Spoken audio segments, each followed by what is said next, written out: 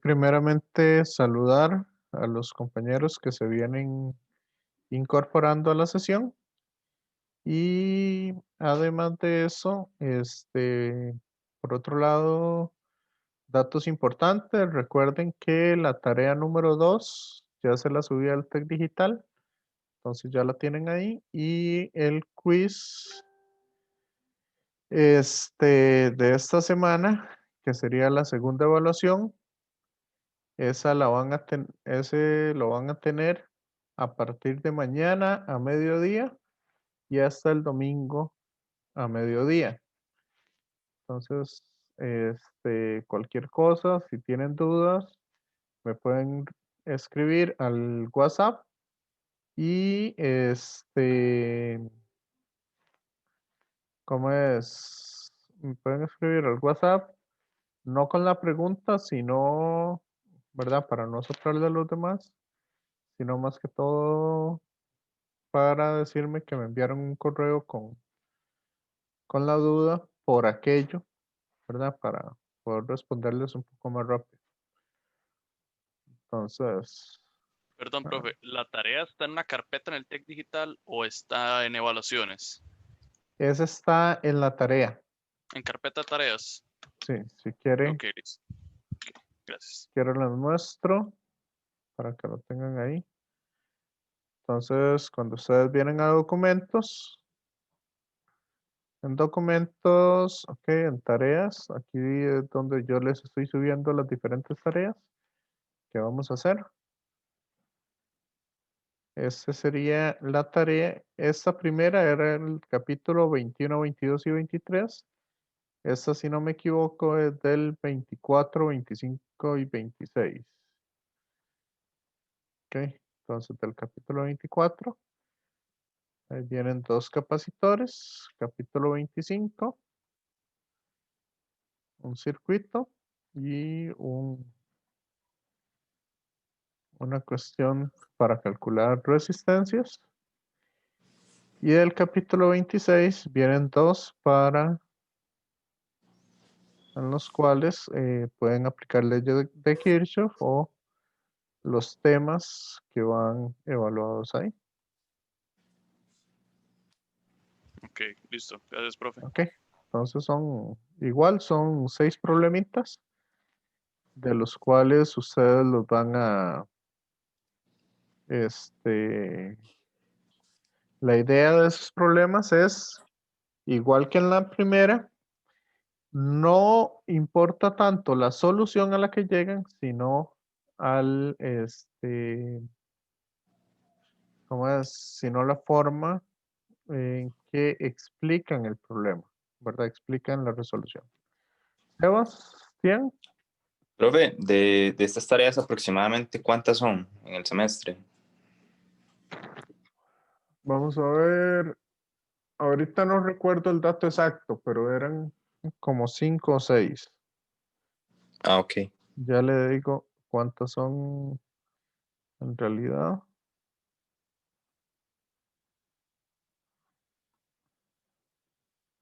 En tareas. Ah, son 4 tareas. Ah, ok, 4 por ahí. Sí, entonces esta sería la número 2. Faltan otros 2. Profe, y todas son de este libro, ¿verdad? Dalcir El Samansky. Samansky. Sí. Ok. Profe, esa es la 13ª edición, ¿verdad? Creo, creo que se tomaron de la edición número 13. Ah, ok. Sí, 12 o 13. No sé exactamente de cuál edición se tomaron, pero ahí se puede, digamos, son bastante similares los problemas de cada edición. Muy poco lo que cambia.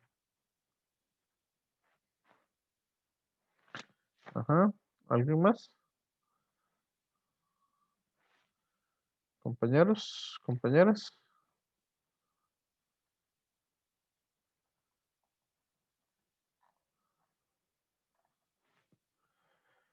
Ok, entonces vamos a continuar un poco con lo que habíamos visto la clase anterior. Aquí nada más. Para poder tener el chat y los participantes. Lo que sí voy a quitar es el video. Porque no me esté dando problemas ahora. ¿Ok?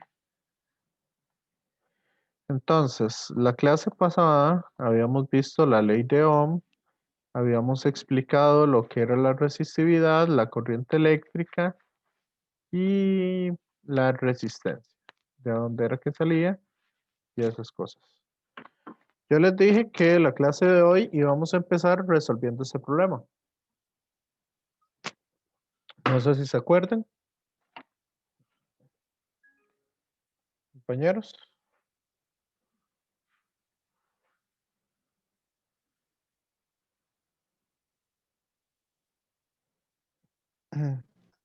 Sí, creo que sí. Sí. Entonces,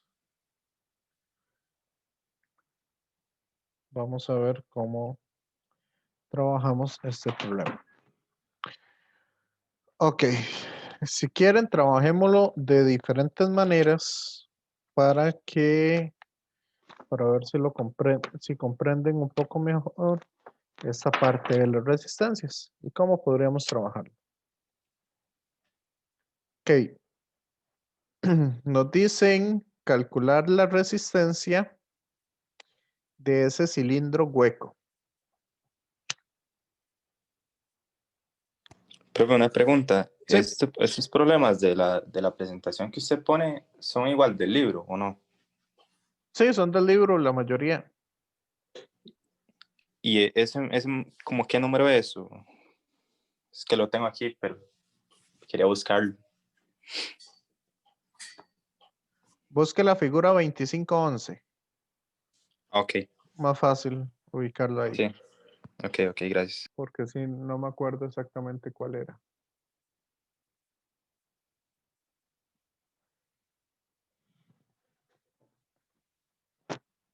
Vamos a ver.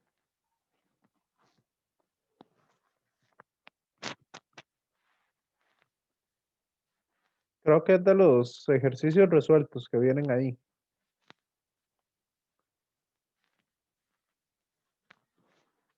Pero sí no recuerdo la página.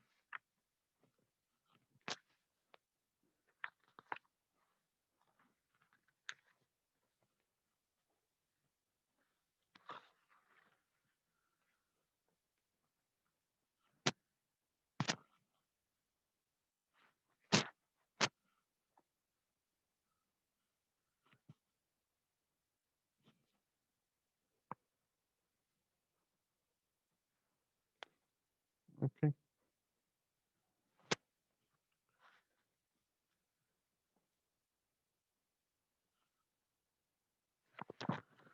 Ok, entonces, básicamente lo que nos dice este problema es que vamos a calcular el,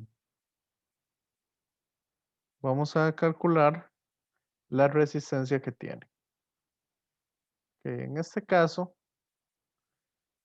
yo voy a modificar un poquito el ejercicio y lo vamos a calcular de esta manera. Vamos a suponer que conectamos un cable en cada una de las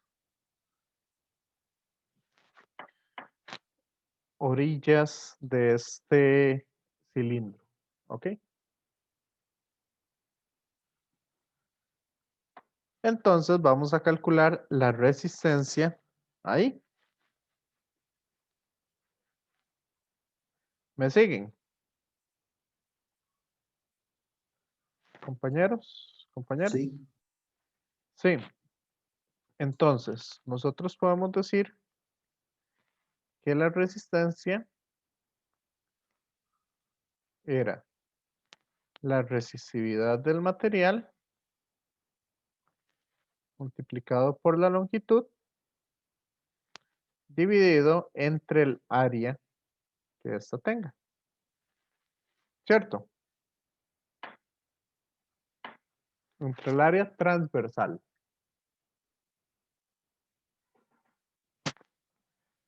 Entonces, como estamos conectando un cable a este lado y un cable a este otro, nosotros podríamos decir que el campo eléctrico se distribuye de esta manera a lo largo de todo el cable o de todo el material. ¿Me siguen? Compañeros, compañeras.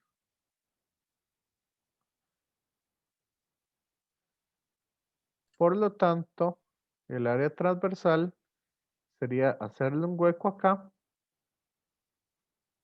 a este cilindro y sería calcular el área que tenemos acá. ¿Ok? ¿Está claro esto?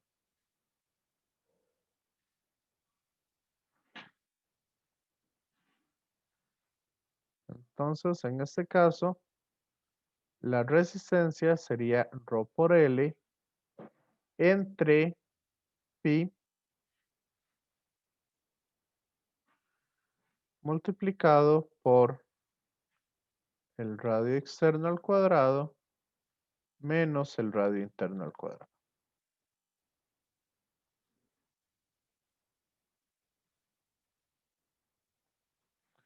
¿Está claro?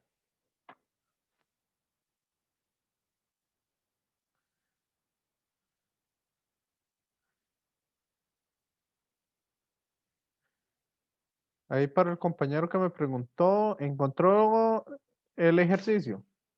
No, profe, lo ando buscando, pero no lo encuentro. ¿Qué edición tiene usted? El 13. ¿Sí?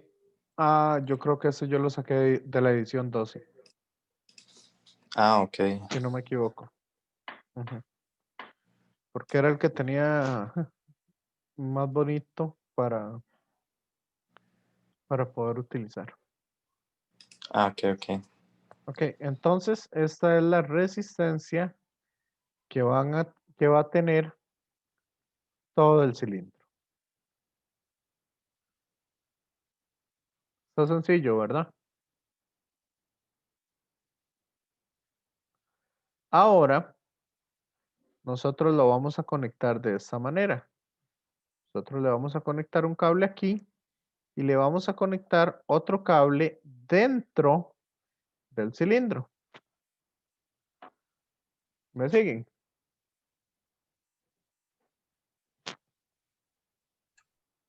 Eh, Profe, ¿el cable de cilindro pasará por toda la parte o solo ahí, En el cualquier cable? punto, porque esto es, por lo general, como son conductores, o aunque no sean conductores, el campo eléctrico entonces va a ir de esta manera, desde el centro del cilindro hacia afuera. Y eso en todas direcciones. ¿Me siguen?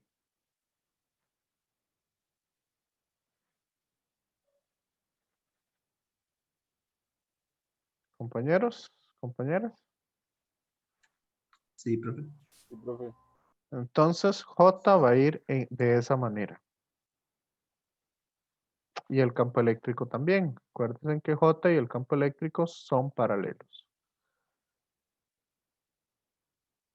Entonces, vean que esto es lo mismo que si yo agarro y corto el cilindro,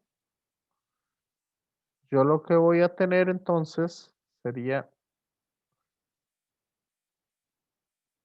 algo como esto. Si corto el cilindro y lo extiendo, lo que voy a tener es algo así.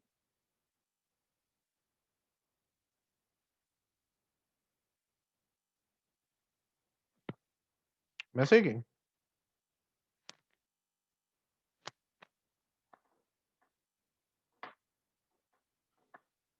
¿O no lo identifican?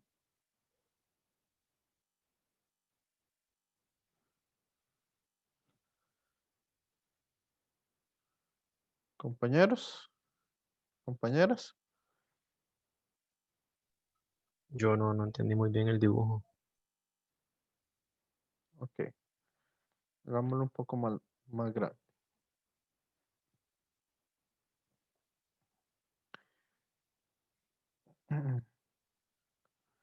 Básicamente lo que tendríamos es algo así.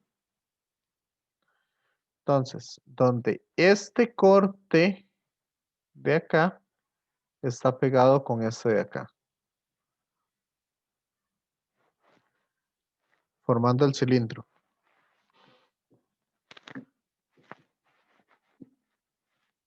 No, Yo creo que ahora sí lo entendí yo. Es y ahora como sí.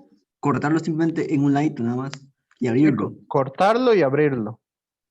Ah, ok, sí. Sí.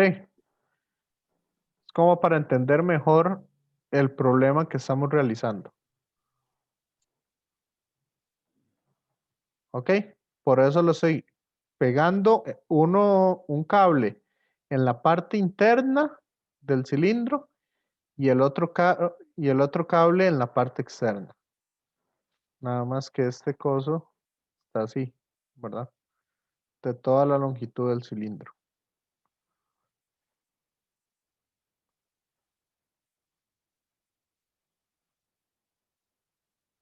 ¿Lo ven?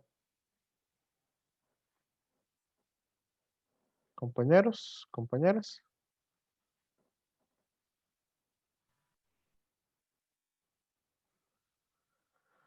¿Me siguen con esto o no?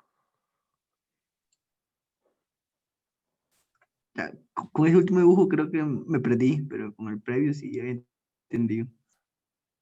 No, es que este es L. Esa es como la vista, esta vista de acá, digamos, esta cara es esta de acá.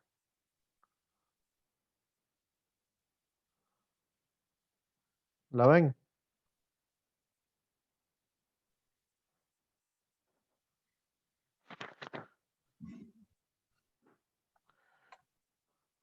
¿La logran observar o no?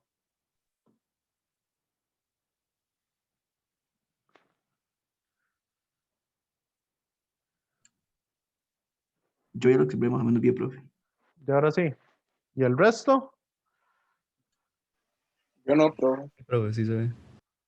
Usted no. No. Ok, que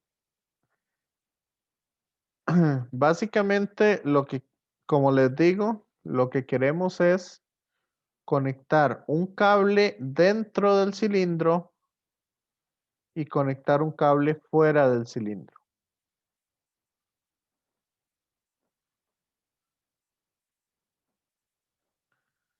¿Ok? Entonces lo que estoy haciendo es que corto, le hago un corte aquí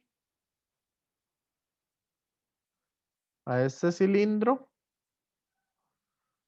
¿Ok? Y lo abro para que quede estirado. Ok, ahora sí. Y ahora sí, Alonso. Sí. Sí. Ok, eso es más que todo para visualizar mejor o para entender mejor el problema que nos están preguntando. Entonces nos preguntan cuál es la resistencia que tendría ese cilindro. Entonces, ¿cómo sacamos la resistencia?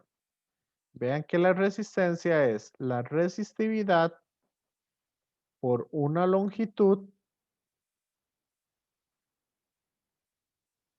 entre el área transversal que nosotros estamos teniendo. ¿Ok? Entonces vean que el área transversal va a ser la capa externa, ¿ok? Pero aquí también tenemos otras áreas transversales que son aquí internas. ¿Cómo son estas áreas transversales? ¿O cómo es el área transversal a lo largo de todo el cilindro? Si voy desde la parte interna hasta la parte externa.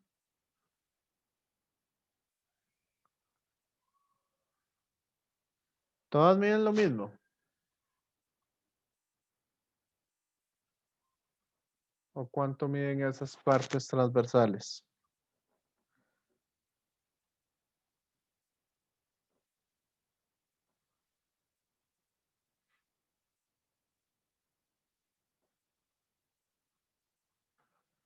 Compañeros, compañeras. Profe, ¿lo podría repetir? Ok, el área transversal es igual en todos los puntos o el área transversal cambia.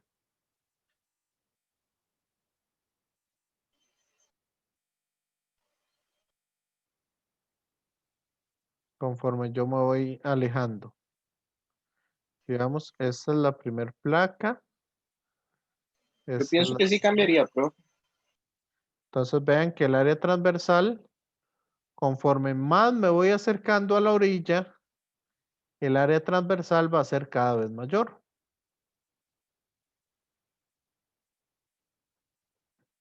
Entonces yo no puedo usar la fórmula tal y como aparece.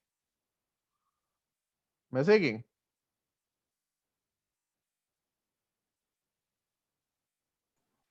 Sí.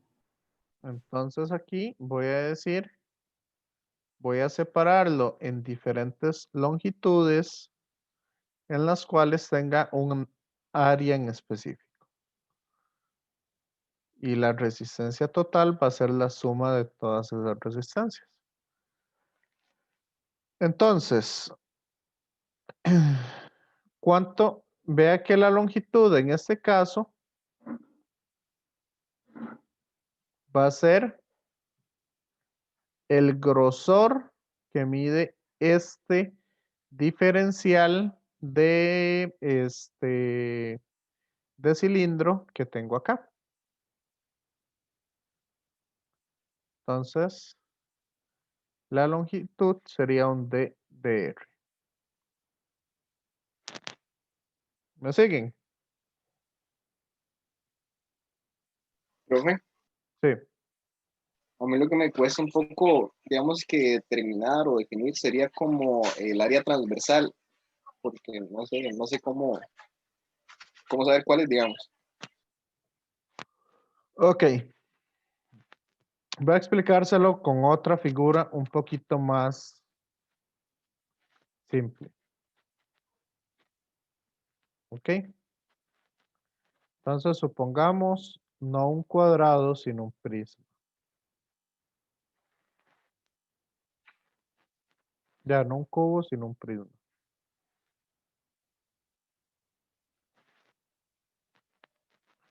Donde este lado mide A, este también mide A, este mide B y la altura mide C. ¿Me sigue, compañero? Sí, Ok, entonces, si yo conecto un cable aquí y un cable aquí abajo, entonces, ¿cuál sería el área transversal? Es agarrar un machete o agarrar un cuchillo y cortarlo acá a la mitad. ¿Me sigue? sí. Entonces, ¿cuánto mide el área transversal?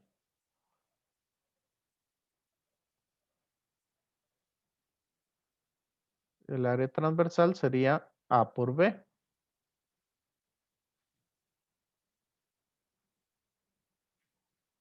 Ok, profe, ¿y por qué digamos, por qué se toma esa, digamos que ahí en horizontal y no vertical? A porque la corriente vendría en esta dirección. Ah, ok, entonces sería como que sea perpendicular a la dirección de la corriente, algo así. Algo así, correcto. Ok, perfecto, gracias. O que el vector área vaya en la misma dirección que el vector área vaya en la misma dirección del, este, ¿cómo es que se llama? Que el vector área vaya en la misma dirección de la corriente. Ok, perfecto. Gracias. Ahora, sí, ahora para terminar de entender eso, ¿qué pasaría si más bien yo lo conecto de esta otra manera?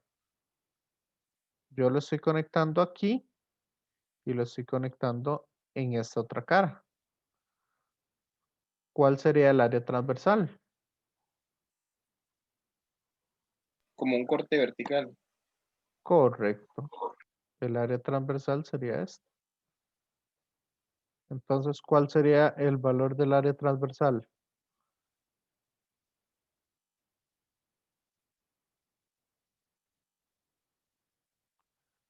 Sería A por C, ¿verdad? Base por altura.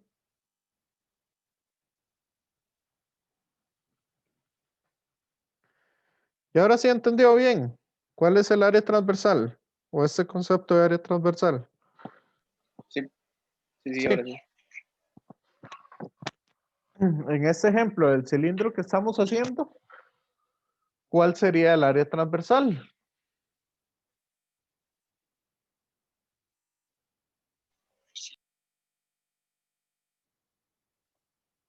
Sería como la superficie. Ajá.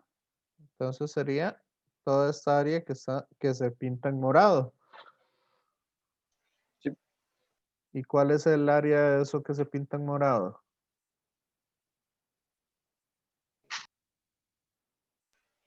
pi por R por L. ¿No? O R, 2 pi por R. 2pi por R por L.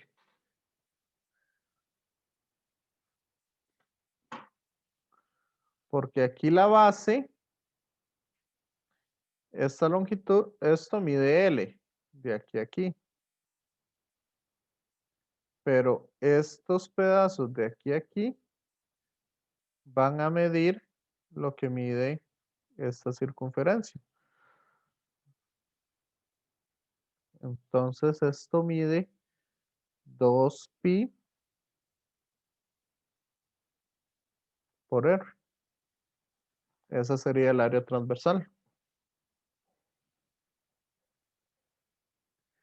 ¿Me siguen?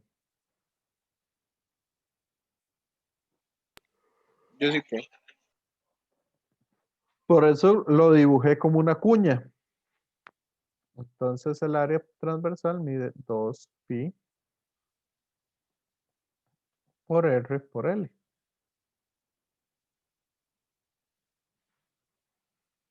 ¿Y de a dónde estoy sumando? Para este cilindro. ¿De dónde a dónde está el cilindro?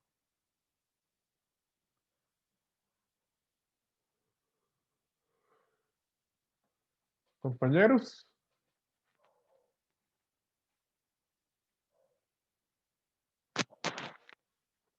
Vean que como la longitud es un DDR, entonces el radio de a dónde va en el cilindro. Tal vez como de B menos A o B. No. ¿Por qué B menos A? ¿No sería de A hasta B? Sería desde A hasta B, correcto.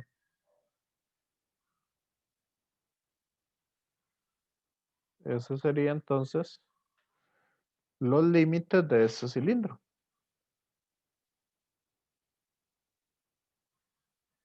¿Me siguen o no?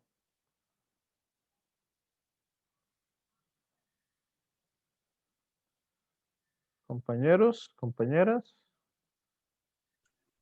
Sí, profe. Ok. Entonces, en este caso, La resistencia sería ρ sobre 2pi por L por el logaritmo natural de B entre A.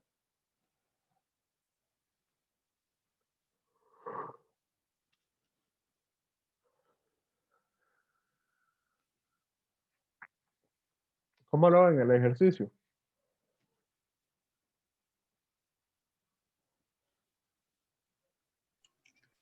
Lo complicado es como entender la hora del corte transversal en sí. Exacto. Ese es el objetivo por el que yo les puse este ejercicio. Que ustedes entiendan bien qué es el área transversal. ¿Ok? Que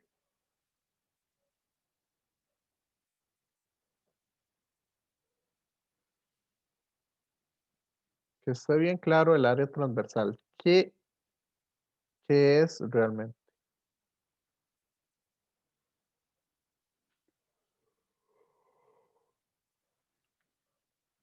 ¿Está claro entonces ese concepto? Compañeros, compañeras. Sí, profe. Sí. Sí. Ok, ahora imagínense que yo tengo acá yo tengo un cono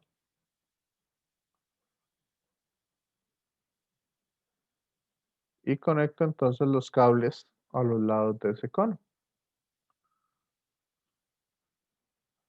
Entonces, ¿cómo calculamos la resistencia?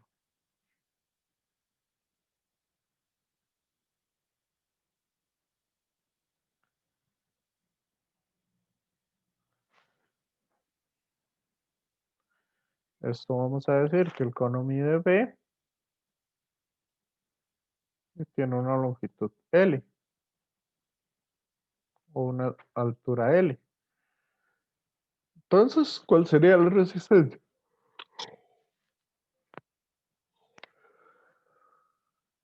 En este caso.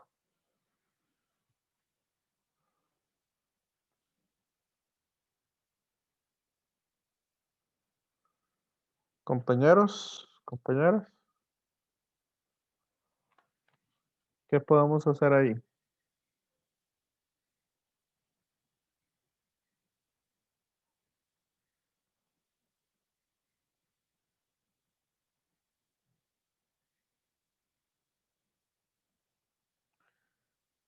Aquí yo lo voy a separar el cono en distintas pastillitas de longitud de X.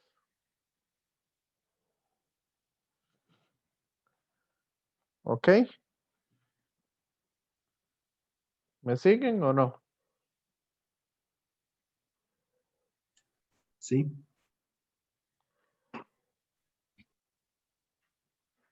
Sería como la derivada. No, la de Sería la rho integral de ρ por dl. por, bueno, de X, Así que es de lo que cambio mide la el pastillita. grosor de cada esa pastillita. ¿Y cuánto mide el radio?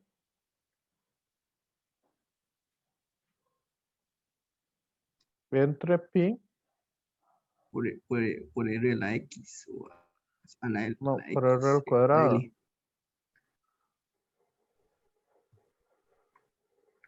Ah, es que corta al revés, sí. Sí, Sí, sí. entonces ese es el área transversal. Pero acá yo tengo que parametrizar.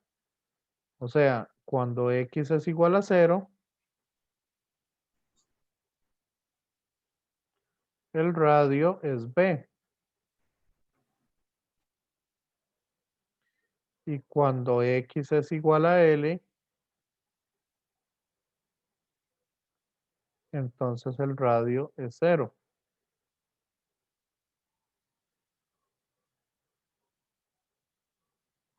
Sí, sería desde 0 hasta L. Y la parametrización, yo puedo decir entonces que M es igual a la pendiente, sería, ok, yo quiero hacer, lo que quiero hacer aquí es un radio como función de la posición X. Poner el radio de esa manera. Entonces la pendiente va a ser Y2 menos Y1 entre X2 menos, no, al revés. X2 menos X1. A este yo le pongo el punto 2 y a este le pongo el punto 1. Entonces de esa manera yo encuentro la pendiente que sería menos B entre L. Y el punto de interés o la función R como función de X va a estar dado como la pendiente menos B entre LX más la intercepción. La intercepción es B. ¿Me siguen o no?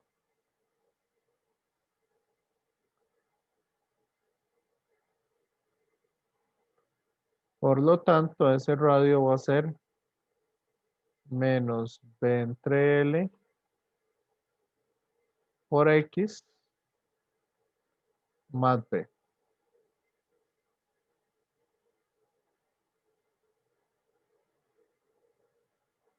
al cuadrado. Entonces, en este caso, para calcular la resistencia debería de encontrar esa integral.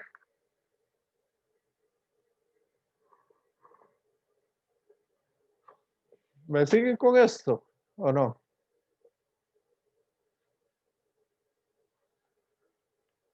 Compañeros, compañeras. Profe, una pregunta. Sí, ¿cuál pregunta? ¿Por qué en estos casos se toma una pastillita y no se toma nada más digamos, una circunferencia? Digamos, Porque como un disco. porque tiene que tener un una cierta longitud.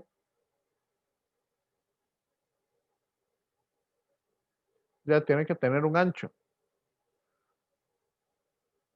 Acuérdense de la fórmula, que la resistencia es igual a la resistividad por una longitud entre el área transversal. Entonces, como tiene que tener un ancho, por eso siempre se toman pastillas.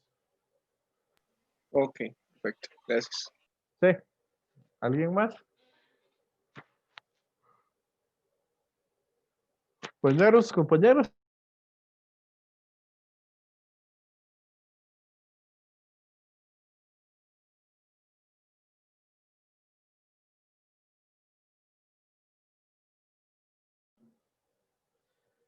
Ok, entonces quedó claro este. Ese otro ejemplo.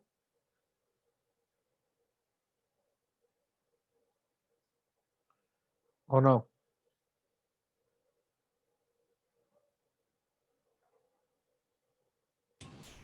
Sí, profe, sí. Sí. Ok.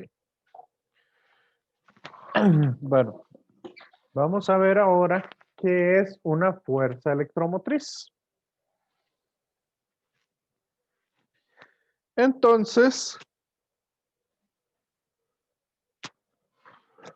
vamos a ver qué es lo que pasa realmente con un cable.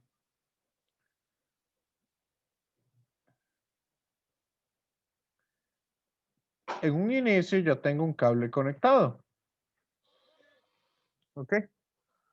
Entonces, si tengo ese cable conectado, vean que voy a tener un traspaso o voy a tener una un campo eléctrico en el interior del cable o de ese trocito de cable, y aparte de ese campo eléctrico, yo voy a tener, bueno, una corriente que está atravesando ahí, ¿verdad?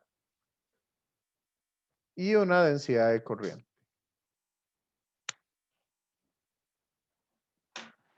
Entonces, ¿qué sucede si yo agarro y desconecto ese cable instantáneamente?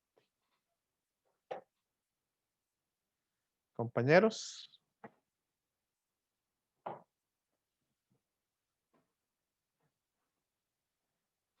Si yo lo desconecto instantáneamente, vean que como aquí tengo una corriente o una densidad de corriente que va hacia la derecha y tengo este campo eléctrico, entonces se van a empezar a acumular acá cargas negativas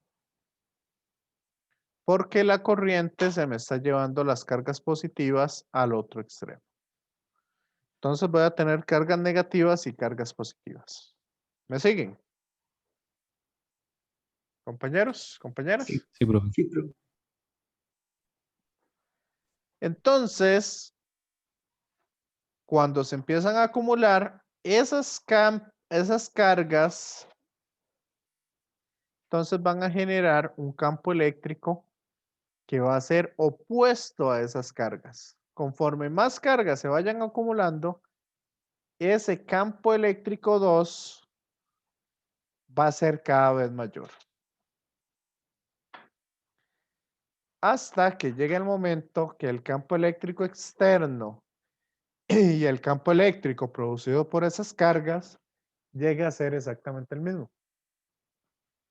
Entonces, como llegan a ser el mismo campo, no voy a tener ningún flujo de carga a través de ese cable. Por eso, cuando uno apaga el encendedor, lo que está haciendo es eso. Desconecta el cable y entonces el campo eléctrico externo se iguala al campo eléctrico interno. Eso dentro del cable. ¿Me siguen?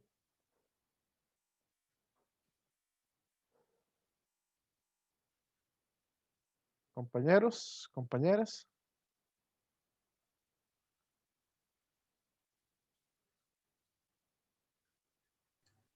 Sí, Entonces, de esa manera, yo no permito que ya el flujo total de los, el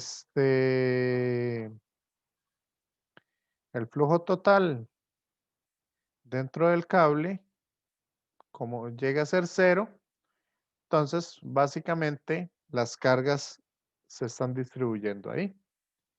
Ahora, cuando yo lo conecto esto a una batería, el conectarlo a una fuente externa, lo que me permite es estar eliminando estas cargas o lo podemos ver también como manteniendo este campo eléctrico a través de él. Y eso va a tener entonces una diferencia de potencial entre los dos nodos. Por eso es por lo que una batería cuando se gasta, básicamente deja de funcionar. Porque no mantiene ese flujo constante de electrones de un depositorio al otro.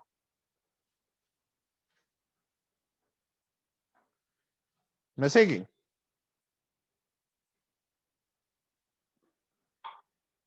Y eso mismo es lo que pasa en el cableado eléctrico. Entonces, la fuerza electromotriz realmente lo que mantiene es que ese flujo de electrones se mantenga estable. ¿Ok? Entonces dicen acá, la dirección de la corriente de ese dispositivo va del potencial más bajo al potencial más alto. Exactamente lo opuesto que ocurre en un conductor ordinario. La influencia hace que la corriente fluya del potencial menor al potencial mayor. Entonces, eso se llama fuerza electromotriz.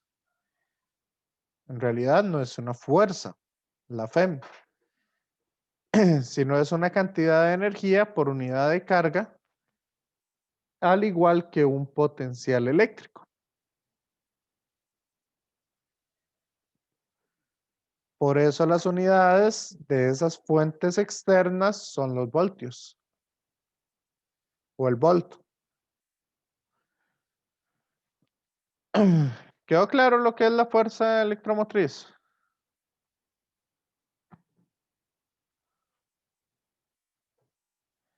Entonces, las fuentes ideales, nosotros vamos a decir que no tienen resistencia interna y por lo tanto mantenemos una diferencia de potencial entre los dos nodos o entre las dos terminales. ¿Ok? Esa es una fuente ideal de FEM. Y se representa con la letra eta. Bueno, algunas veces se escribe así, la eta, o en este caso están escribiendo un bar épsilon. Cualquiera de las dos letras nos funciona o se utilizan para determinar lo que es una fuerza electromotriz.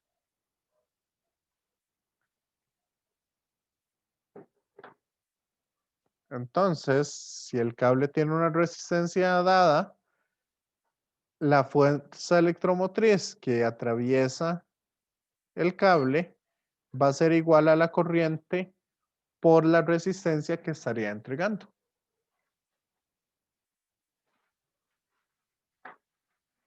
¿Está claro esto? Compañeros, compañeras.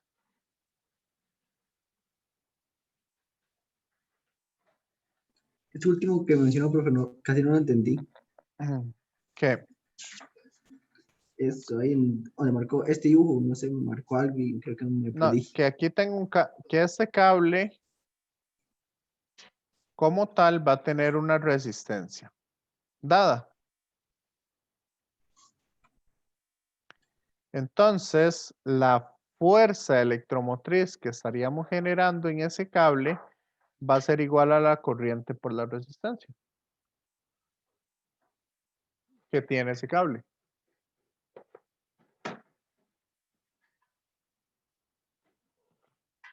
¿Me Ya, sigue?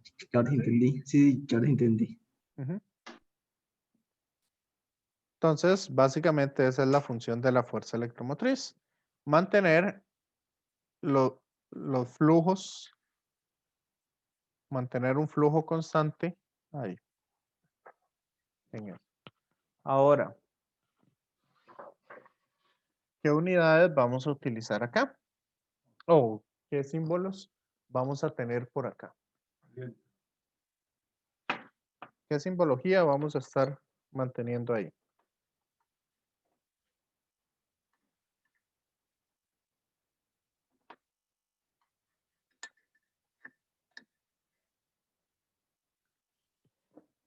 La simbología que vamos a mantener es la siguiente. Cuando hay un cable sin nada, vamos a decir que el cable tiene una resistencia despreciable, o sea, prácticamente cero resistencia. Ahora, con estos picos vamos a representar las resistencias. Las fuentes de poder se van a representar con dos barritas como si fueran los capacitores, que yo ya se los había mostrado. Nada más que una grande y una pequeña. Los capacitores tenían el mismo tamaño. O también podemos hacer una resistencia, una fuente electromotriz con una resistencia a la par. Esas son las fuentes reales que tienen una resistencia interna. ¿Ok? Profe, Sí. no me queda como muy claro cuál es la diferencia básicamente entre una FEM y como tiene una fuente de tensión constante o algo así. O es lo mismo. Estas son FEM constantes. Todas estas. La diferencia es que las ideales no tienen resistencia interna, mientras que las que no son ideales tienen una resistencia interna. Ah, ok. ¿Sí? Fuentes variables nosotros no vamos a trabajar. Aquí solamente estamos utilizando circuitos de corriente directa para representar esas cosas. ¿Está claro?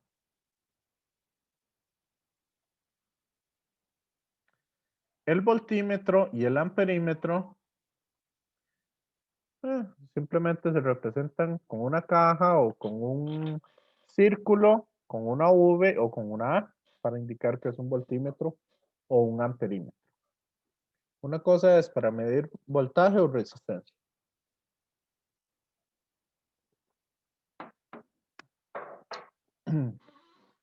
¿Ok?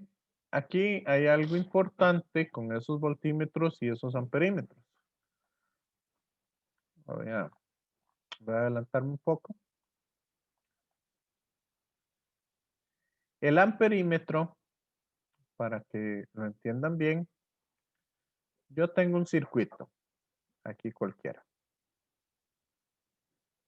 ¿Ok? ¿Me sigue? Compañeros, compañeras. Sí. Sí, entonces, tengo aquí un circuito. Vamos a ver, vamos a ponerle una diferencia de potencial. Entonces, un circuito simple que tenga nada más la fuente de poder y tiene una resistencia. Ok, el amperímetro, básicamente lo que yo quiero medir en el amperímetro es la corriente que está pasando, o sea, la cantidad de electrones por unidad de tiempo. Por eso,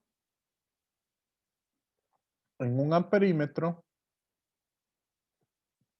bueno, este es al revés, este es positivo y este es el negativo para que siga esa dirección. Entonces, en el amperímetro, vean que voy a tener este cable acá y voy a hacer que los electrones pasen a través de esta bobina. Esto va a permitir que la bobina tenga una cierta corriente, ¿okay? O la corriente en la bobina me va a generar un campo magnético que va a generar una torsión o un torque en la aguja. Entonces va a hacer que la aguja se mueva desde 0 hasta un valor determinado.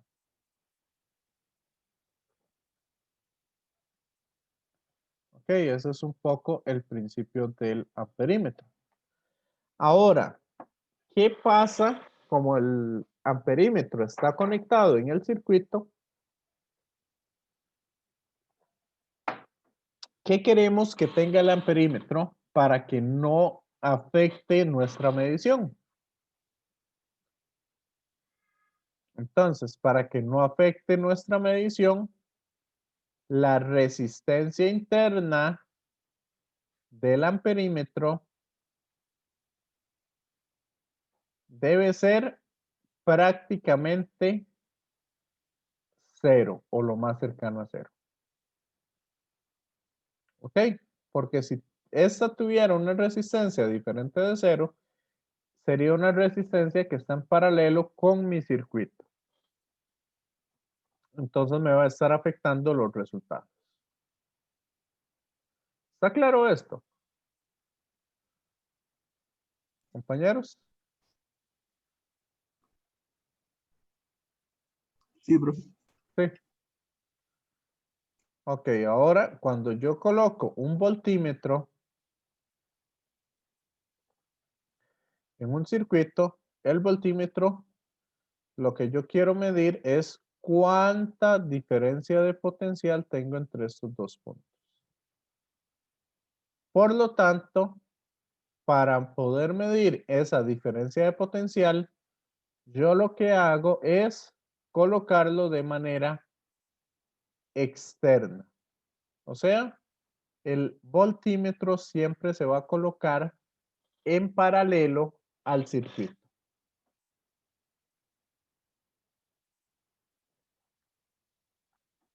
Y como aquí vienen los electrones, entonces yo quiero que los electrones sigan viajando a través de mi circuito.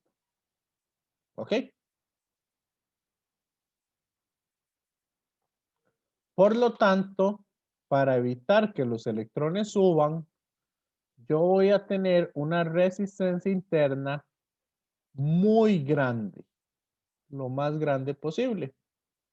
O sea, una resistencia que ojalá sea infinita.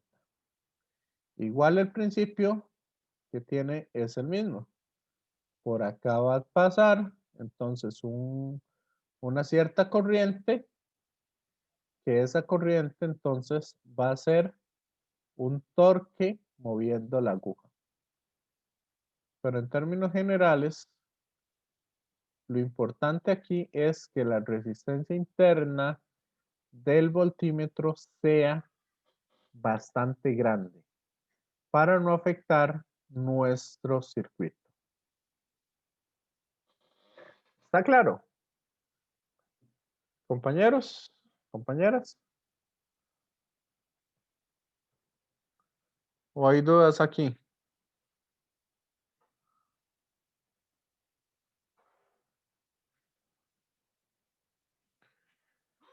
Por lo tanto, vamos a ver, ¿qué pasa si yo coloco un amperímetro en paralelo?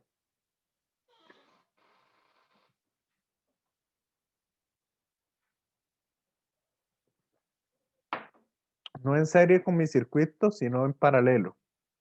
¿Qué va a pasar ahí? Un cortocircuito. No es un cortocircuito, sino lo que voy a hacer es que los electrones van a pasar a través de mi amperímetro. Porque eso tiene una resistencia de prácticamente 0. ¿Y por qué no sería un cortocircuito, profe? Un cortocircuito es básicamente cuando se rompe. Ahí lo que yo voy a hacer es quemar el amperímetro.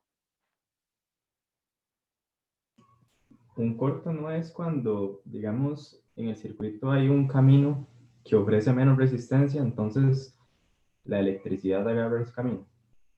Sí, eso es correcto. Pero ¿por qué aquí no sería un cortocircuito? Si yo le pongo un cable, sí sería un cortocircuito. Pero con el amperímetro no.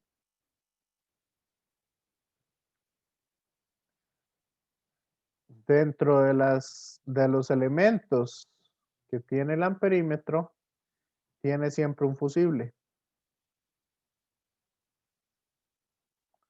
Y un fusible es un pedacito de cable muy delgadito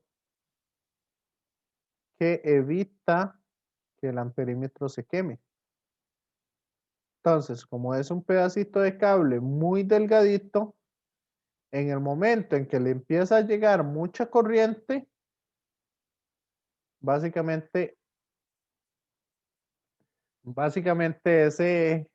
ese cablecito va a estallar o se va a romper. ¿Me sigue?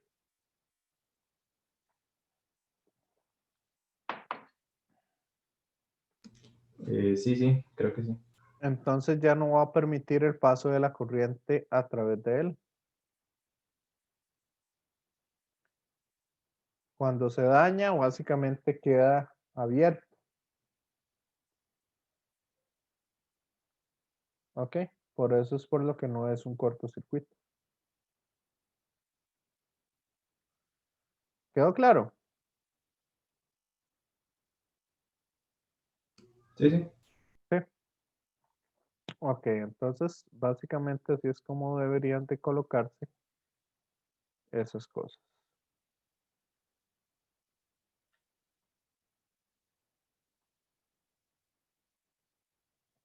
Vamos a ver acá. Si yo tengo aquí un cable conectado a una batería, ¿verdad? El cable llega hasta aquí y y este otro pedazo llega hasta aquí. O sea, no hay más circuito de ahí en medio. Entonces, ¿qué esperaría yo que me marque el voltímetro o el amperímetro? En esos casos.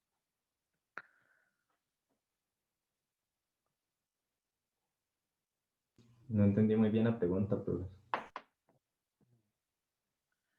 Ok, entonces, leamos la pregunta así. La figura 2517 va a ilustrar una fuente de batería con una FEM de 12 voltios y una resistencia interna de 2 ohms. En comparación, la resistencia interna de una batería comercial de plomo es de solo algunas milésimas de ohms. Entonces, los alambres a la izquierda de A y a la derecha del amperímetro no están conectados a nada. Determinar las lecturas del voltímetro ideal y del amperímetro también ideal. ¿Cuánto me va a marcar ese voltímetro y cuánto me va a marcar ese amperímetro? El voltímetro no le marcaría los 12 voltios, pero el amperímetro le marcaría 0.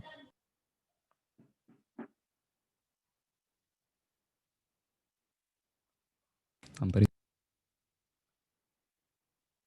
0 y 12. ¿Están de acuerdo, compañeros? Sí. Efectivamente. Lo que me está marcando es la diferencia de potencial que tengo entre estos dos puntos. Y es la misma diferencia de potencial que yo tengo entre los elementos de mi fuente de poder. Por eso me marca 12 voltios. Ahora, por ahí no están atravesando ninguna carga. Como no están atravesando cargas, entonces el amperímetro va a marcar 0. ¿Está claro esto?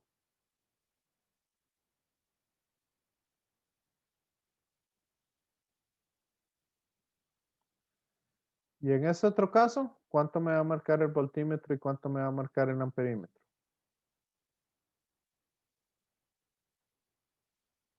Ahora que lo tenemos así conectado.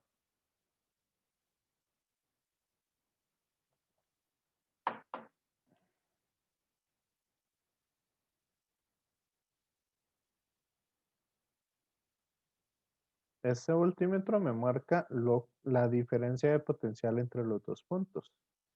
Entonces serían 12 voltios. Y el amperímetro, aquí vamos a tener una resistencia total de 6 ohms. Ahorita les explico cómo conectarlos en serie en paralelo. Entonces el amperímetro me va a marcar que la corriente es igual al voltaje o a la diferencia de potencial entre la resistencia. Entonces me va a marcar 2 amperios. ¿Ok?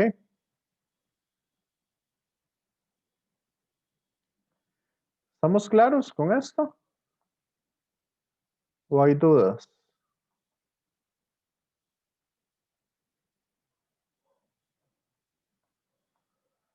Compañeros, compañeras.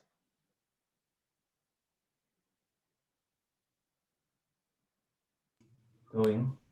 ¿Todo bien?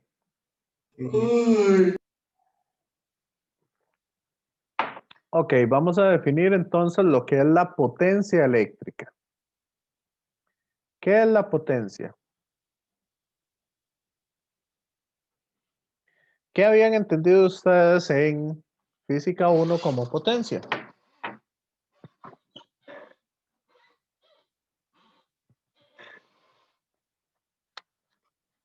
¿Alguien? Es como la energía que se consume o se gasta, ¿no? Ok. Pero en realidad la potencia, ¿cómo se definió en física 1?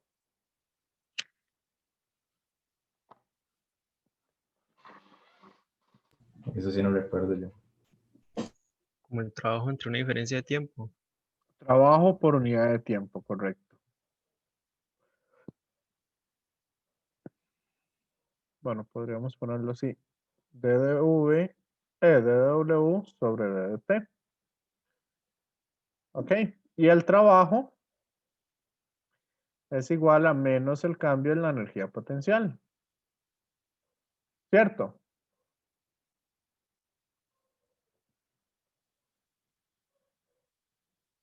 O sea, para trabajarlo en términos absolutos, la potencia sería la energía potencial entre tiempo. ¿Me sigue o no?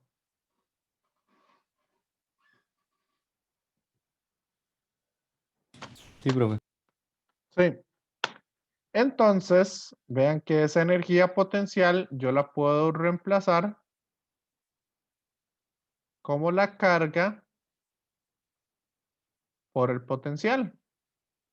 ¿Cierto? Sí. Y la carga entre el tiempo, ¿qué da?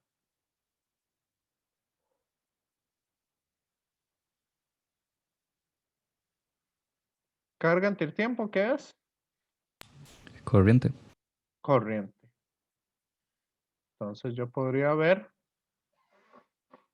que la potencia es la corriente por la diferencia de potencial.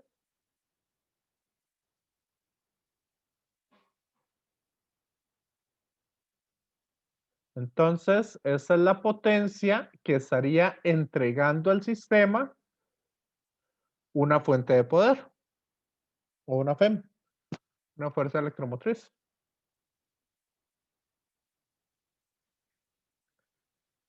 Y si yo lo quiero ver en un resistor, ¿qué va a pasar ahí? Como yo sé que V es igual a I por R, entonces puedo reemplazar esto de acá. Y si lo reemplazo, ¿qué me queda?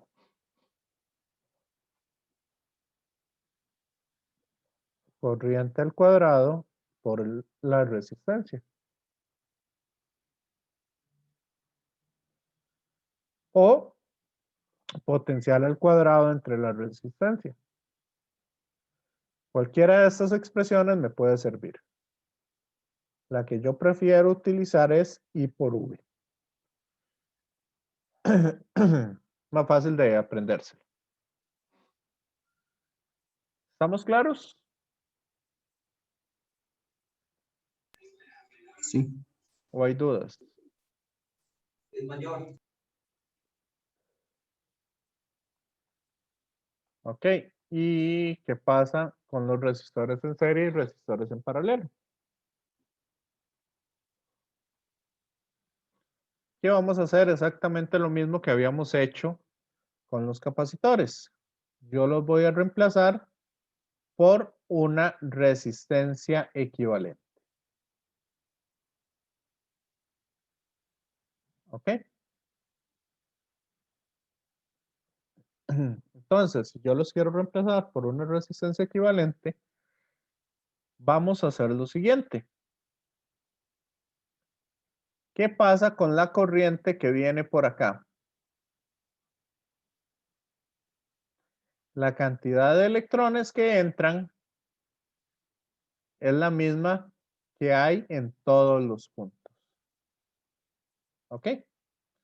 Entonces, la corriente 1 o la corriente en la resistencia 1 es igual a la corriente que pasa a través de la resistencia 2 y es igual a la corriente que pasa por la resistencia 3. Ahora, la pérdida de potencial que voy a tener en cada resistencia va a ser diferente. V3, aquí voy a tener una diferencia de potencial 2 y aquí voy a tener una diferencia de potencial 1.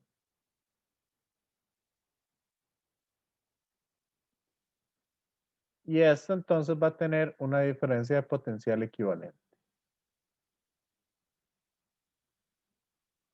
Entonces vamos a ver. ¿Quién sería V1?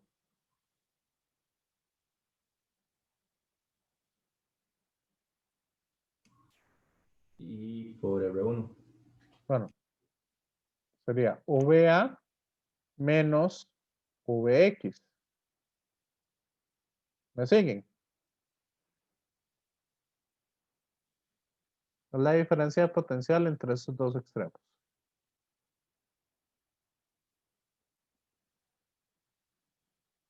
¿Quién sería V2?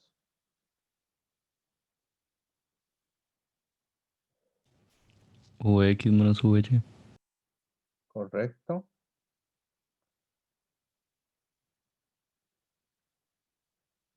¿Y quién sería V3?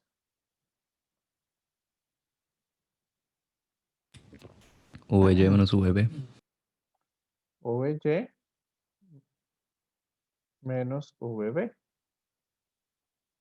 ¿Y quién es el V equivalente? VA menos VB. Perfecto. ¿Y cómo logro conseguir ese VA menos VB?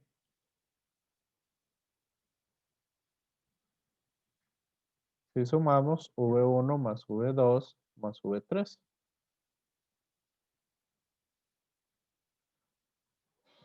¿Está claro?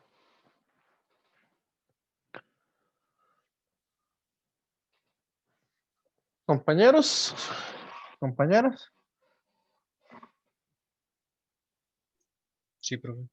Entonces yo puedo decir que V equivalente sería corriente equivalente por resistencia equivalente. Y eso es igual, entonces, V1 sería corriente 1 por resistencia 1. V2 sería corriente 2 por resistencia 2. Y V3 sería corriente 3 por resistencia 3.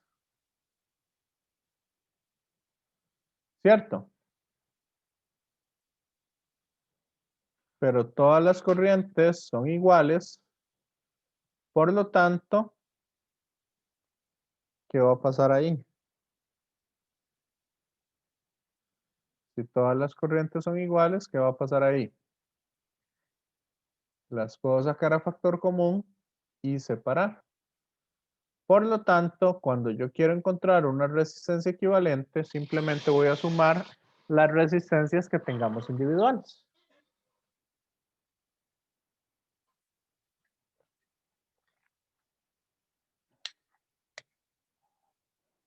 ¿Me siguen? ¿O no? Yo sí. O la última. Ok, entonces esa sería la resistencia equivalente. Vean que es al revés de los resistores y de los capacitores. Se sumaban los inversos, ahora sumamos los normales. ¿Y qué pasa con los resistores en paralelo?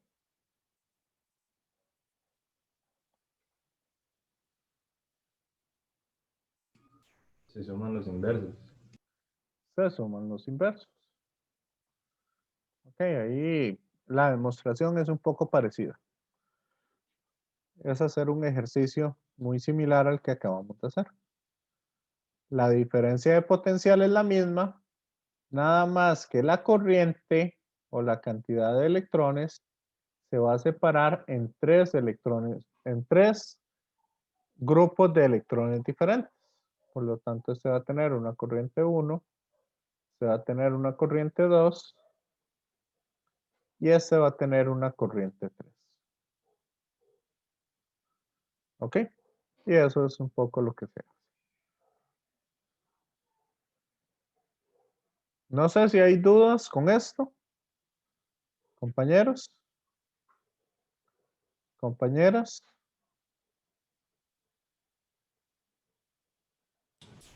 No, profe. No. Entonces aquí para que quede, la resistencia equivalente va a ser la suma de los inversos de las resistencias.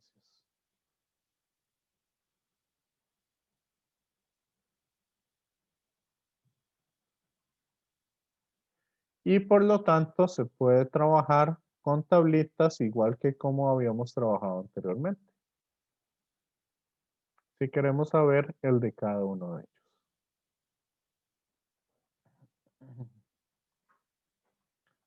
Entonces, no sé si hay dudas. ¿Tienen alguna pregunta hasta acá? Compañeros, compañeras.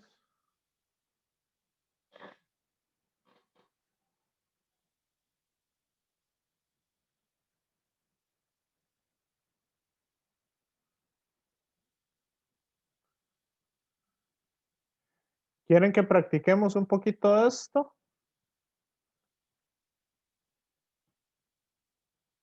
Yo sí, profe.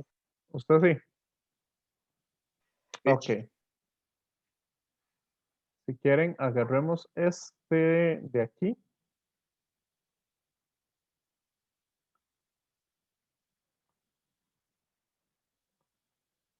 Voy a agarrar este ejemplo y lo vamos a llevar a una tablita en Excel, un libro de Excel.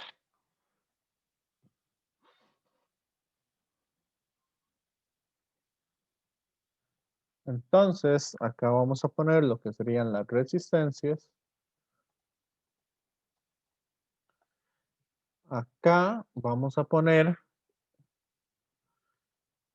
bueno, el resistor.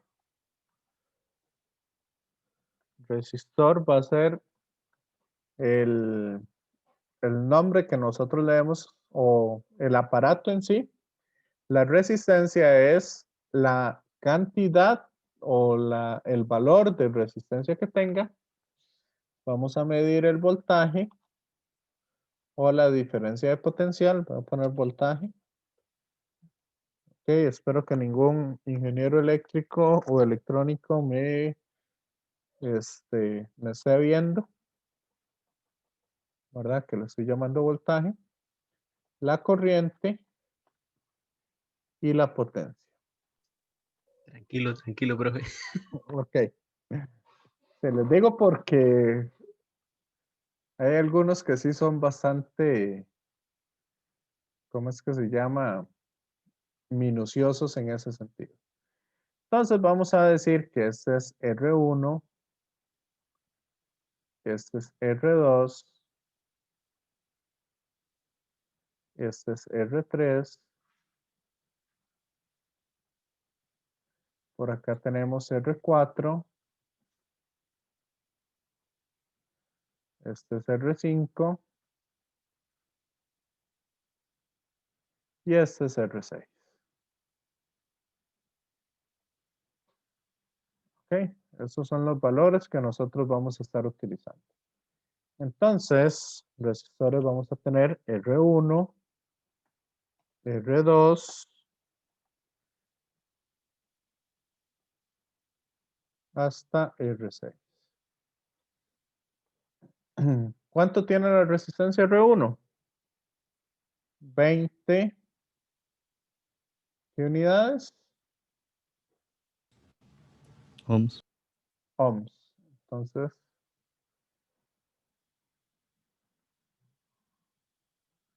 voy a quitar esto de acá. Y voy a poner entonces las unidades. 20 ohms. R2 son 10. R3 son 20. R4 son 15. Y R5 son 5. Y R6 son 10.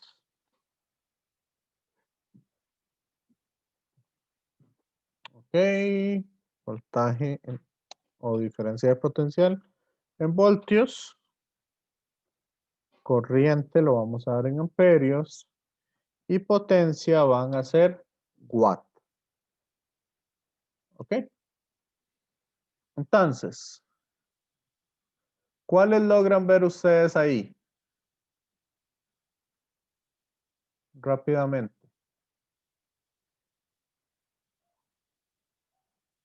Vean que estos tres resistores, ¿cómo se encuentran?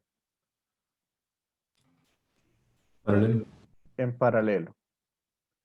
Entonces, la resistencia equivalente del 1, 2 y 3 va a ser igual a 1 entre la resistencia 1 más 1 entre la resistencia 2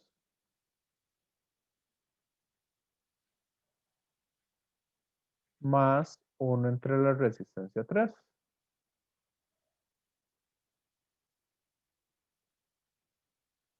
Esto a la menos 1. ¿Qué esperaríamos? Que esa resistencia equivalente sea más pequeña que las resistencias individuales. Entonces, esto va a ser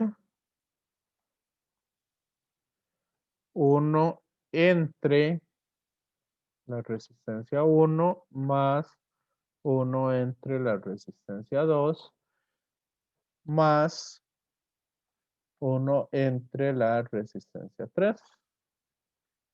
Esto elevado a la menos 1. ¿Ok? Y ahora, cuando cambiamos eso por una resistencia, ¿cómo nos van a quedar todos los demás? En serio. Todos los demás van a estar en serie, incluyendo la equivalente de esos tres. Por lo tanto, la resistencia equivalente va a ser la suma de las resistencias individuales.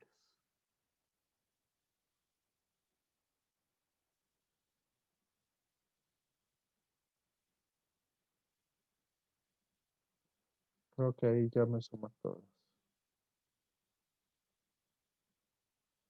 Ok, no.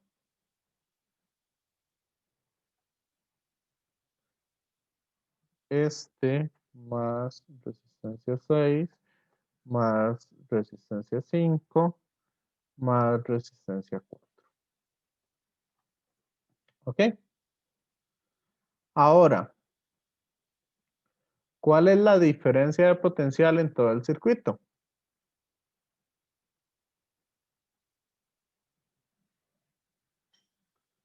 son 45 voltios.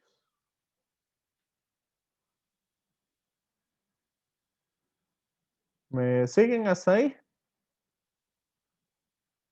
Compañeros. Sí, profe. ¿O lo están viendo un poco desordenado? Para irlo haciendo como dibujo a dibujo.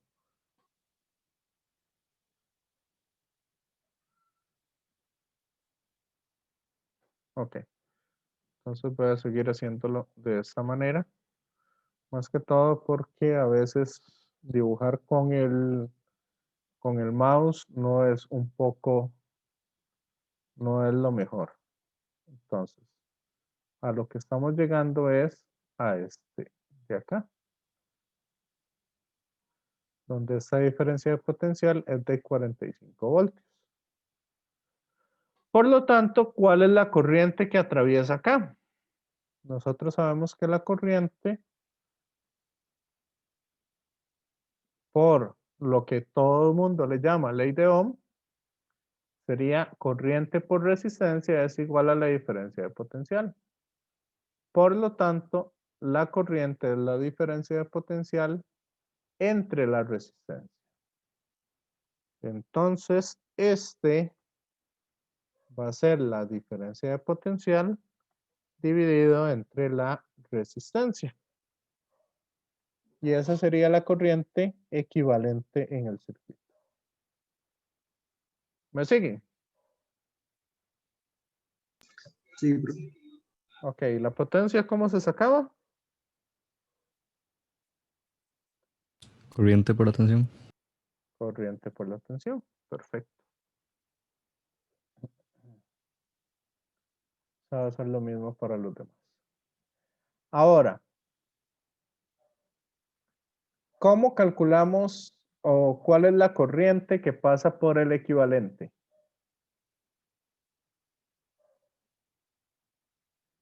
Como están en La serie, misma. va a ser la misma. Entonces, aquí va a ser esta misma.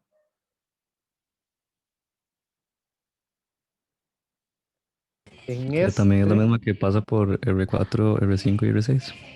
correcto. Bueno, R4, R5 y R6. Todos van a tener la misma corriente. Ahora, el voltaje o la diferencia de potencial, ¿cómo lo calculo? Corriente por resistencia o resistencia por corriente. Y ahí entonces podemos obtener cuál es la diferencia de potencial en cada una de las resistencias. ¿Me siguen? Compañeros, compañeras. Sí, profe. Sí. ¿Y ahora? ¿Qué sabemos? La Sabemos. corriente que pasa por R1, R2 y R3 tiene que ser igual a la corriente total. No. A la resistencia 1, 2, 3. Que van a tener igual. La misma resistencia que la resistencia 1, 2, 3, igual que la U, el voltaje. El voltaje es el que es igual, correcto. Ujú. Entonces, yo voy a decir que este es el mismo voltaje del equivalente. Sí, pero el problema es que...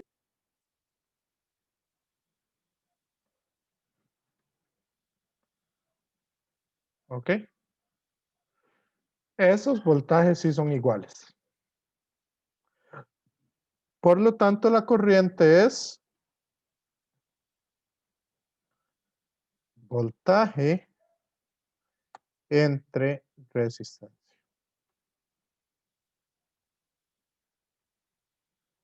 Y ahí obtenemos entonces el cuadro para todos los datos. ¿Me siguen con eso? Sí, profe. Entonces, si yo sumo las tres potencias entre la resistencia 1, 2 y 3, ¿Cuánto me tiene que dar esa suma?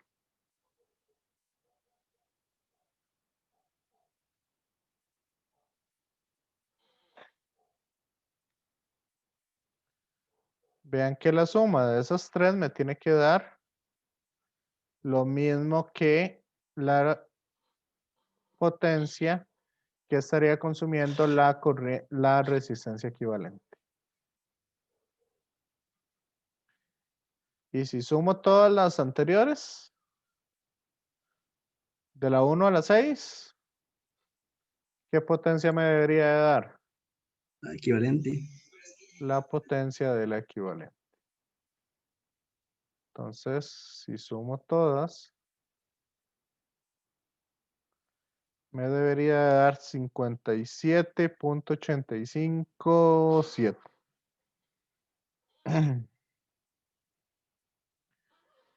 En el caso de la fuente sería negativa, ¿verdad, profe? La potencia. En el caso de la fuente, La potencia que entrega, digamos. es que no sería negativa, sería positiva.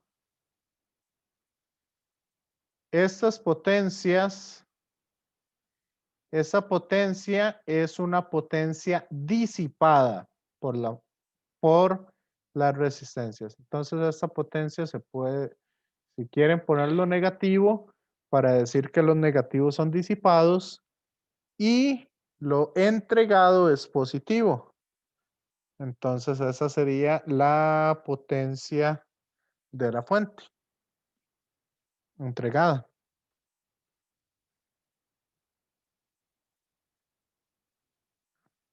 ¿Está claro?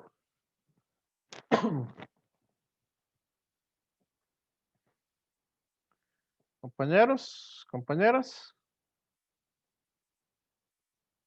Sí, profe. Sí. Sí, así que Excel se entiende bastante bien en realidad. Y se hace muy rápido. Sí. Con Excel, si ustedes manejan Excel bastante bien, entonces se puede hacer muy rápido el análisis de un circuito.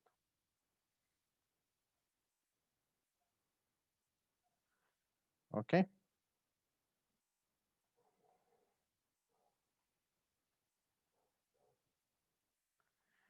Entonces, si quieren, nada más para terminar, voy a quitarles 3 minutos más de tiempo y con eso terminamos la clase de hoy. Nada más les voy a decir porque sé que se les va a olvidar y se los voy a repetir la próxima clase. Leyes de Kirchhoff o las reglas de Kirchhoff. ¿Ok? Compañeros. ¿Qué son en realidad las reglas de Kirchhoff?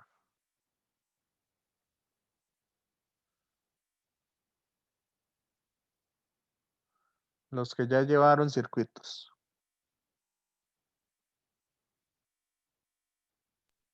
Que la sumatoria de corrientes en un nodo da cero y la sumatoria de tensiones en una malla da cero.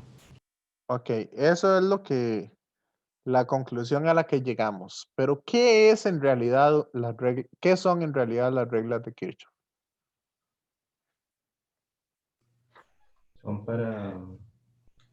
Son leyes como para averiguar tensiones y corrientes en circuitos. No.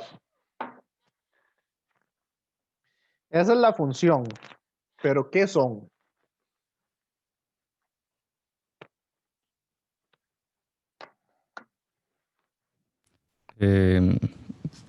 No es basado en la conservación de la energía, profe. Ok. En realidad, las reglas de Kirchhoff es una forma de observar la ley de conservación de la energía, pero no solo la ley de conservación de la energía, sino también otra ley.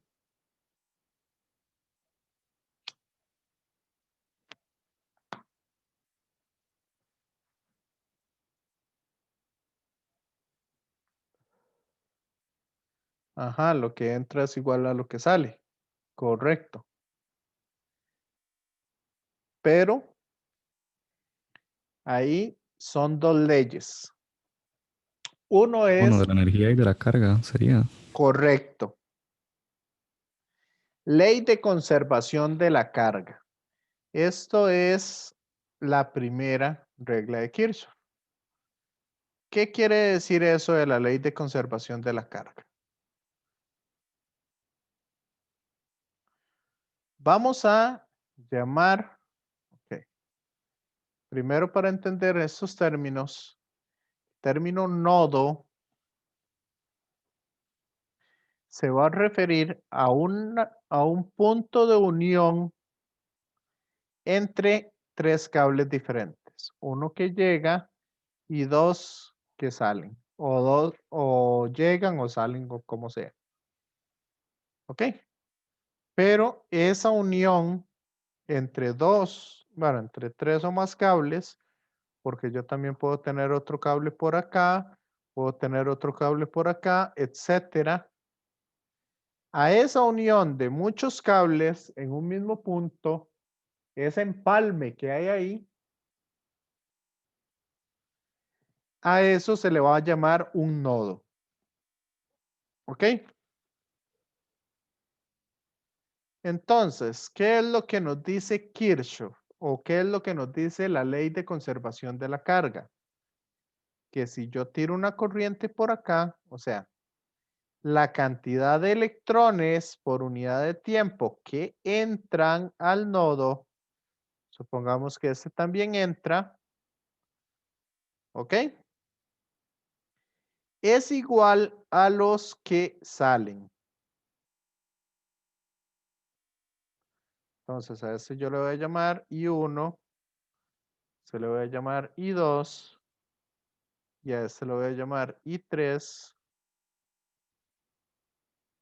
Este va a ser I4, I5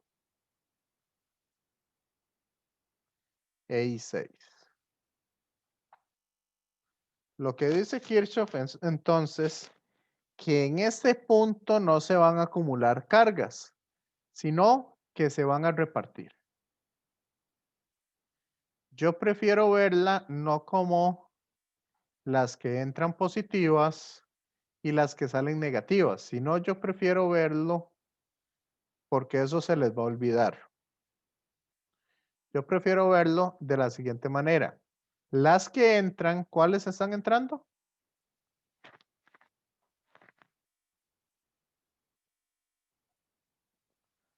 ¿Cuáles corrientes están yendo hacia el nodo? La I1 y la I2. Entonces, las corrientes que están entrando al nodo va a ser igual a las corrientes que están saliendo.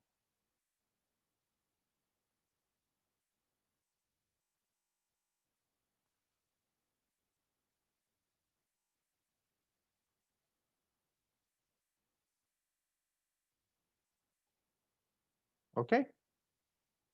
Compañeros, ¿está claro esta ley?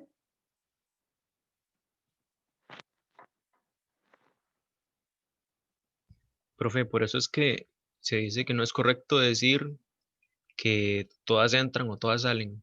Correcto. No todas entran y no todas salen, sino que las que entran tienen que ser iguales a las que salen, porque yo no puedo crear electrones o no puedo crear cargas de la nada. Sí tiene que haber al menos, Ujú. Al menos una entra. Por eso, cuando usted hace un nodo y usted va a suponer que todas salen, algunas le van a dar negativo. Por esa suposición que usted está haciendo. ¿Ok?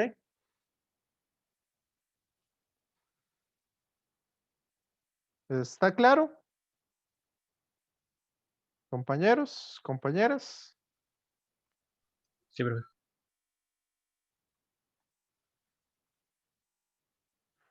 Ok, entonces esta es una ley de conservación.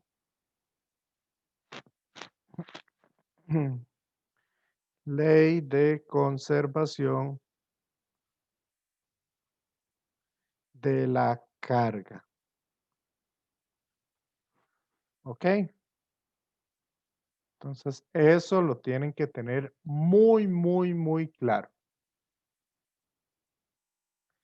Y esta otra va a representar entonces la ley de conservación de la energía. ¿Por qué es conservación de la energía si estamos hablando de voltaje o de potencial?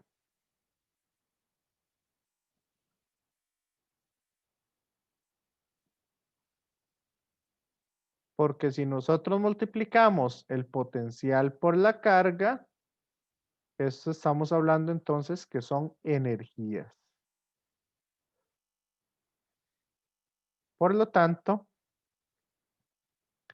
la segunda ley de Kirchhoff o ley de mallas, vamos a hablar de potencial, de energía potencial. Por eso es una ley de conservación de la energía. Y lo que nos dice es que en un circuito cerrado o en una malla cerrada, la cantidad de energía que entra es igual a la cantidad de energía que sale. ¿Ok? Por eso es que aquí decimos que en este caso disipan energía. ¿Ok? Y cualquier malla cerrada no puede tener aberturas de ningún tipo. Por ejemplo, esta de acá.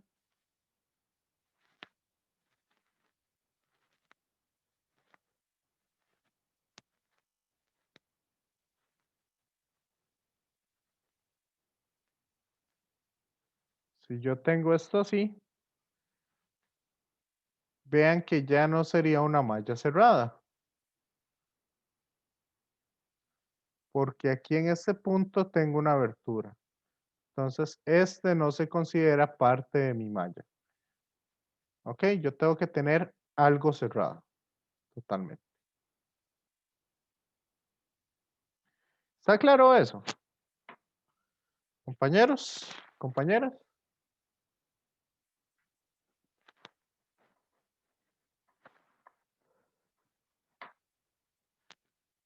Entonces, aquí en este caso, nada más para terminar, ¿cuántas mallas diferentes, cuántas mallas cerradas diferentes ven ustedes? Tres. ¿Cuántas? 3. 3. Una, 2 y 3. Sí. Ahí nosotros vamos a tratar esto de una manera, no sé si ya llevaron álgebra lineal o cálculo superior o algo así, donde se ven las funciones linealmente dependientes y las funciones linealmente independientes, que sirven para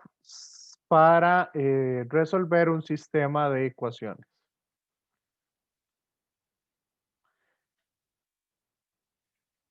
¿Ya vieron eso? ¿Alguien? Yo, profe, es en álgebra lineal. ¿En álgebra lineal? Sí, profe, creo que eso es álgebra. Sí. Yo lo vi en álgebra. Por eso les digo, porque el TEC a veces toman temas de alguna matemática y lo meten en otra. Entonces, por eso les pregunto. Entonces, acá lo que a nosotros nos interesa es conseguir funciones linealmente independientes. Si nosotros tomamos las 3 mallas, vamos a tener dos funciones linealmente independientes y una función que depende de las otras dos.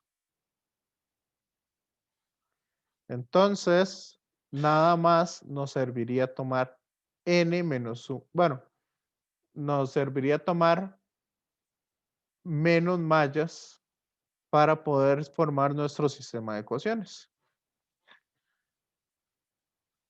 ¿Ok? Esa es un poco la idea. Acá, ¿cuántas mallas ven ustedes?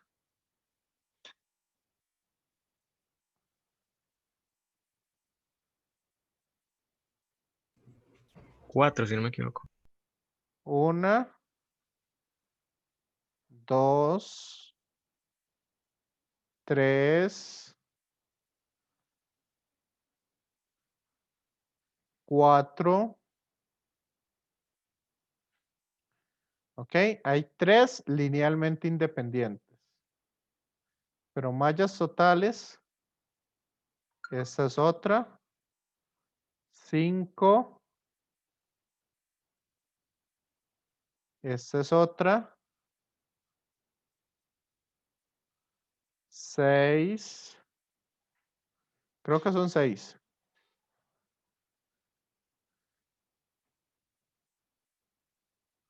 ¿Me siguen?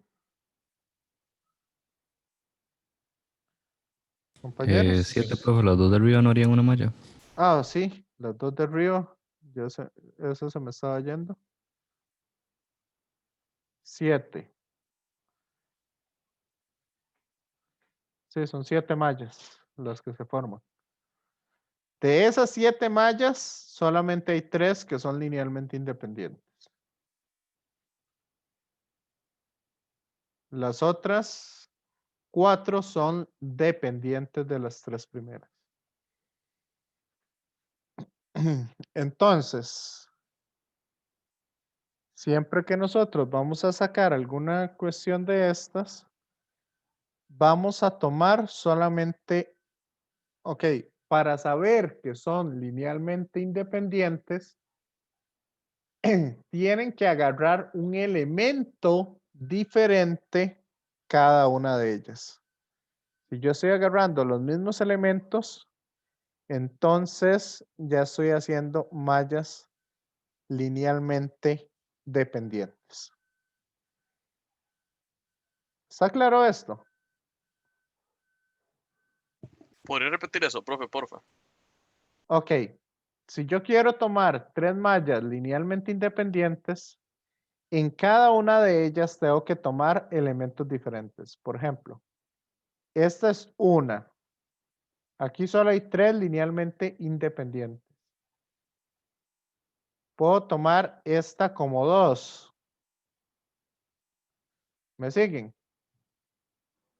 Sí. Ahora, si tomo esta de acá, estoy tomando 3. Pero esa tercera, vea que contiene elementos de las 2 primeras.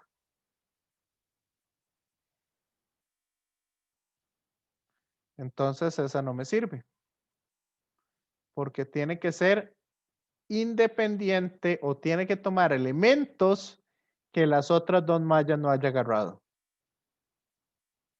Así que la tercera tiene que ser esta. O alguna que tome esta resistencia que no la había tomado anteriormente. Listo, profe, ya me quedó claro, gracias. Y ahora sí. Sí, sí, ya, pruebe. Ok. Entonces yo no me voy a meter mucho en lo que son eso de linealmente dependientes o linealmente independientes. Nada más lo que quería era, perdón, darles esos dos conceptos de las reglas de Kirchhoff, que entendieran lo que es un nodo, que entendieran lo que es una malla y que entendieran un poco cómo se relacionan esas reglas de Kirchhoff con las leyes de, cómo se relacionan esas reglas de Kirchhoff con las leyes de conservación de la energía. Eso era todo lo que yo quería hacer. ¿Ok? Entonces, no sé si hay alguna duda final. Compañeros, compañeras. Por mí estoy bien, profe, gracias. Ok, perfecto. Ahí nada más recordarles que desde hace varios días ya les subí la segunda tarea. Falta mucho todavía para esa tarea. Entonces ahí para que lo tengan en cuenta y la vayan descargando para que Pero puedan igual, irle si uno haciendo. la hace antes, la puede entregar. ¿Perdón? Si uno la hace antes, la puede entregar en cualquier Ah, sí, momento. digamos, ya está habilitado para que ustedes la puedan entregar. Entonces ustedes la pueden entregar desde hoy hasta el día que puedan, hasta el día que esté. Sí, se va a hacer. Ok, profe, gracias. Entonces, nada más que hay temas que no hemos visto. Entonces, por eso se está habilitando desde ya hasta el momento en que esté. Y recuerden que mañana el quiz abre a las 12 mediodía y cierra el domingo a las 12 mediodía. Entonces, para que lo tengan ahí. Si tienen dudas con el quiz, me pueden escribir al WhatsApp, mientras que no digan cuál es la pregunta en sí, ¿verdad? Para que no le soplen a los compañeros que no lo han hecho. Y si es una pregunta en específico, me escriben en el WhatsApp que me mandaron un correo. Entonces yo voy a revisar el correo. Profe, ¿cuáles temas son los que entran?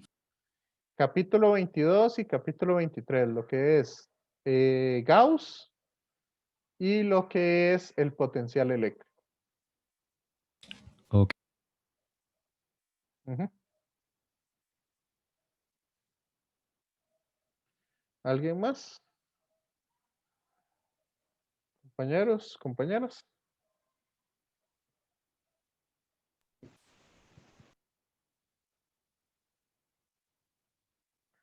Vamos entonces. Bueno, ahí me despido de los que están viendo el video y